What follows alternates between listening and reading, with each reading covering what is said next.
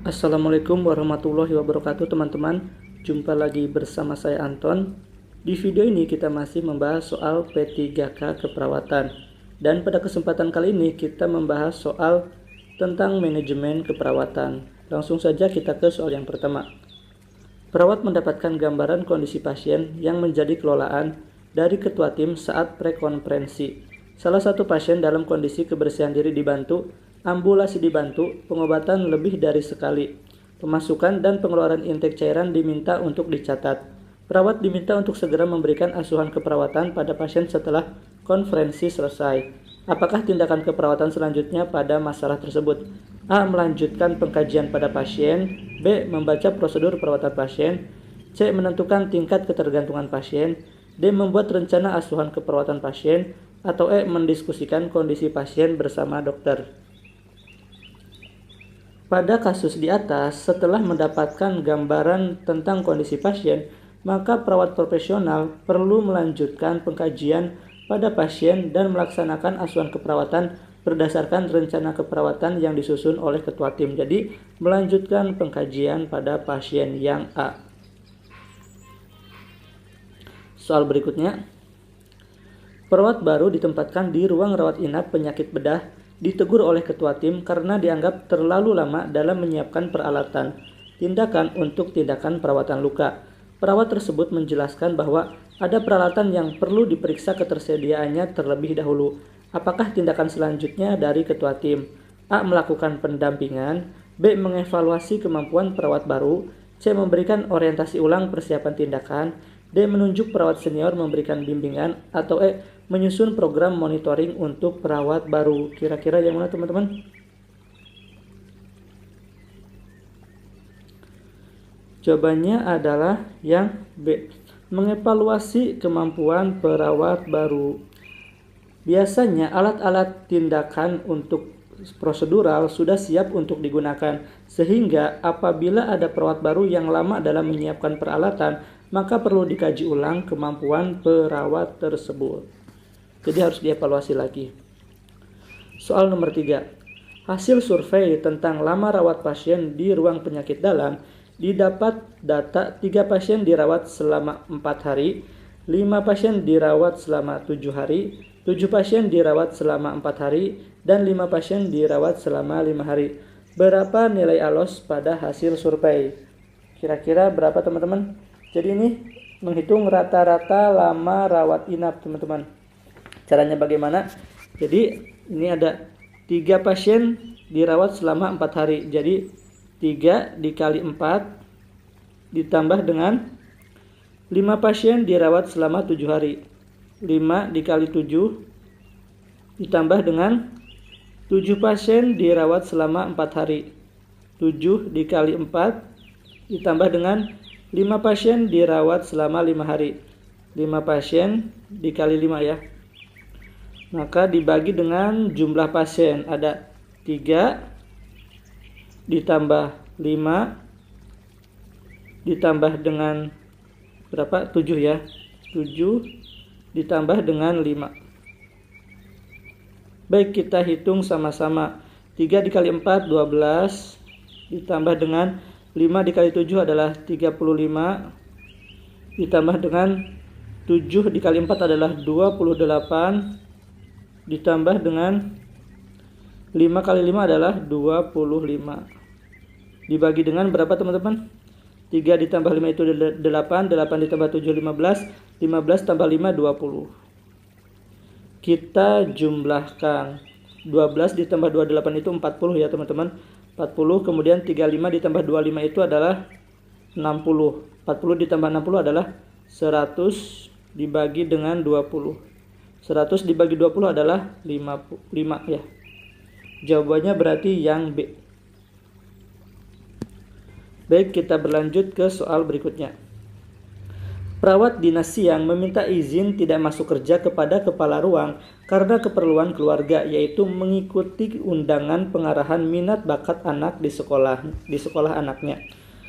Kepala ruangan menjelaskan pada perawat tersebut bahwa bor ruang rawat mencapai 90% dan mayoritas pasien pada tingkat ketergantungan parsial. Kepala ruangan meminta perawat tersebut tetap datang sesuai jadwal dinasnya. Apakah tindakan selanjutnya dari perawat tersebut? A. Menginformasikan kepada kepala ruang akan mengganti dinas di hari lain.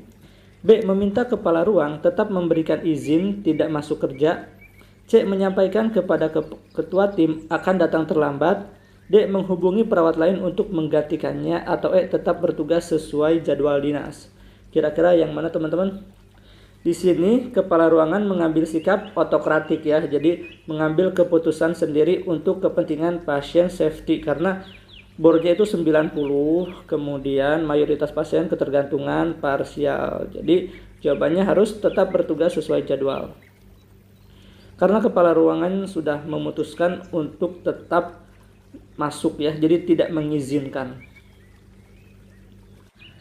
Halo teman-teman perawat, ada bimbel yang sangat terjangkau. Cukup bayar 1 kali bimbel berhari-hari.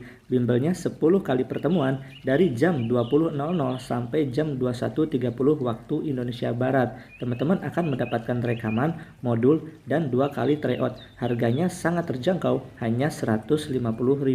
Bagi teman-teman yang mau daftar, teman-teman bisa hubungi nomor yang tertera di brosur atau teman-teman tinggal klik link yang ada di deskripsi. Ditunggu bergabungnya teman-teman. Soal nomor 5. Perawat meminta kepada kepala ruang untuk dijadwalkan kerja pada shift malam dan melanjutkan ke shift pagi dengan alasan jarak rumah jauh dari rumah sakit. Kepala ruangan menolak permintaan tersebut dengan pertimbangan beban kerja dan patient safety. Kepala ruang meminta kepada perawat agar berdinas sesuai jadwal yang telah ditetapkan. Apakah gaya kepemimpinan yang diterapkan kepala ruang tersebut? A. Otokratik, B. Demokratik, C. Laissez-faire, D. Transaksional, atau E. Transformasional. Kira-kira yang mana teman-teman? Kepala ruangan mengambil keputusan sendiri demi mempertimbangkan beban kerja dan patient safety. Ini termasuk dalam gaya kepemimpinan otokratik. Kalau demokratik itu ada diskusi ya antara kepala ruangan dan staf. Kalau laissez-faire itu menyerahkan semuanya kepada staf atau ke pasien. Jadi kepala ruangan tidak ikut campur atau bahkan tidak mengambil keputusan dalam suatu hal. Soal nomor 6. Ruang rawat ICU dengan jumlah tempat tidur sebanyak 12 unit, terdapat perawat berpendidikan nurse sebanyak 15 orang dan memiliki sertifikat pelatihan perawatan pasien kritis. Kepala ruang mengalokasikan 1-4 pasien setiap perawat dan perawat bertanggung jawab terhadap pengelolaan asuhan perawatan sejak pasien masuk sampai pulang. Apakah metode asuhan yang diterapkan? A. Tim, B. Kasus, C. Primer, D. Modular, atau E. Fungsional. Kira-kira yang mana?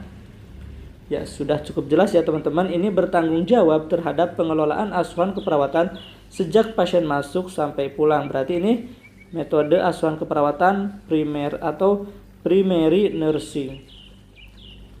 Soal nomor 7. Ruang perawatan anak memiliki perawat sebanyak 20 orang dengan kapasitas tempat tidur 30 unit. Kepala ruang berencana meningkatkan asuhan keperawatan sesuai standar yang ditetapkan rumah sakit dan telah diterapkan oleh ruang rawat lainnya. Kepala ruangan mengidentifikasi kebutuhan perawat vokasi dan profesional. Berapakah kebutuhan tenaga perawat profesional di ruang tersebut? Kira-kira berapa teman-teman? Nah, perbandingan antara perawat profesional dan perawat vokasi itu adalah 55% ya, berbanding dengan 45% gitu kan. Nah berarti kita hitung 55%-nya dari 20. Jadi ini profesionalnya itu 55% dan vokasinya itu adalah 45%. Ini vokasi. Jadi 55/100 dikali dengan 20. Kira-kira berapa teman-teman? Ini coret-coret 55 dikali 2 itu adalah 110 dibagi 10 sama dengan 11. Ya, jawabannya adalah yang C. Soal nomor 8. Perawat dinas malam melaporkan kepada perawat penanggung jawab pasien terjadinya kesalahan identifikasi pasien dalam pemberian obat. Hal tersebut disebabkan terjadi disaster pasien karena kecelakaan lalu lintas. Kedua perawat tersebut bersepakat untuk melaporkan kejadian dan penanganannya kepada kepala ruang saat timbang terima pasien dan akan mengusulkan dilakukan pembahasan bersama perawat lain. Apakah jenis kegiatan yang tepat diusulkan dilakukan pada kasus tersebut?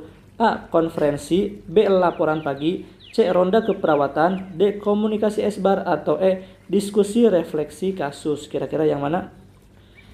Nah, di sini itu sudah terjadi kasus ya teman-teman. Jadi terjadinya kesalahan identifikasi pasien. Maka yang dilakukan adalah diskusi refleksi kasus.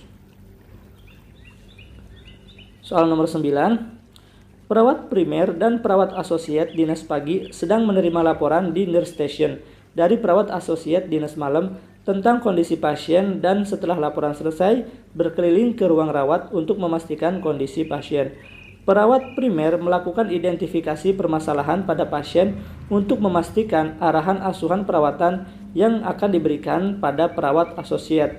Apakah bentuk kegiatan yang dilaksanakan perawat primer tersebut? A. Timbang terima, B. Diskusi refleksi kasus, C. Ronde keperawatan, D. Audit keperawatan, atau E. Kredensial. Jawabannya yang mana teman-teman? Jawabannya adalah yang A ya, timbang terima. Soal terakhir.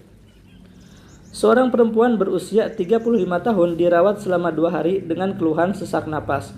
Perawat primer melaporkan kepada dokter penanggung jawab pasien bahwa pasien masih sesak napas. Perawat telah melakukan pemberian posisi semi-pauler dan obat sesuai saran dokter. Apakah tindakan selanjutnya dari perawat primer? A. Merekomendasikan pemberian oksigen pada level maintenance. B. Mendokumentasikan komunikasi esbar yang dilakukan. C. Mencatat latar belakang permasalahan pasien. Atau D. Menunggu saran perawat konsultan. Atau E. Menyampaikan hasil pengkajian. Kira-kira yang mana teman-teman jawabannya? Ini soal terakhir ya teman-teman.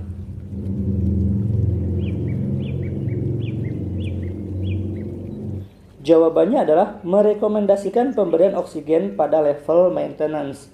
Jadi di sini komunikasi efektif dengan menggunakan metode esbar meliputi situasi, background assessment, dan rekomendasi. Jadi perawat primer telah melakukan komunikasi sampai tahapan asesmen pasien dengan menyampaikan masalah sesak napas masih terjadi. Tahapan yang perlu dilakukan perawat selanjutnya adalah melakukan rekomendasi berupa pemberian oksigen. Ya, jadi ini udah dari asesmennya sesuai dengan dokter ya, sudah dikerjakan. Jadi tinggal esbar ya, situasi, background, assessment, dan rekomendasi. Jadi tinggal yang R. Jawabannya adalah yang A. Baik teman-teman, itu saja yang bisa saya sampaikan pada kesempatan kali ini. Kurang lebihnya mohon maaf. Sukses buat teman-teman yang mau ujian P3K, semoga lolos jadi P3K tahun ini. Saya pamit, wassalamualaikum warahmatullahi wabarakatuh.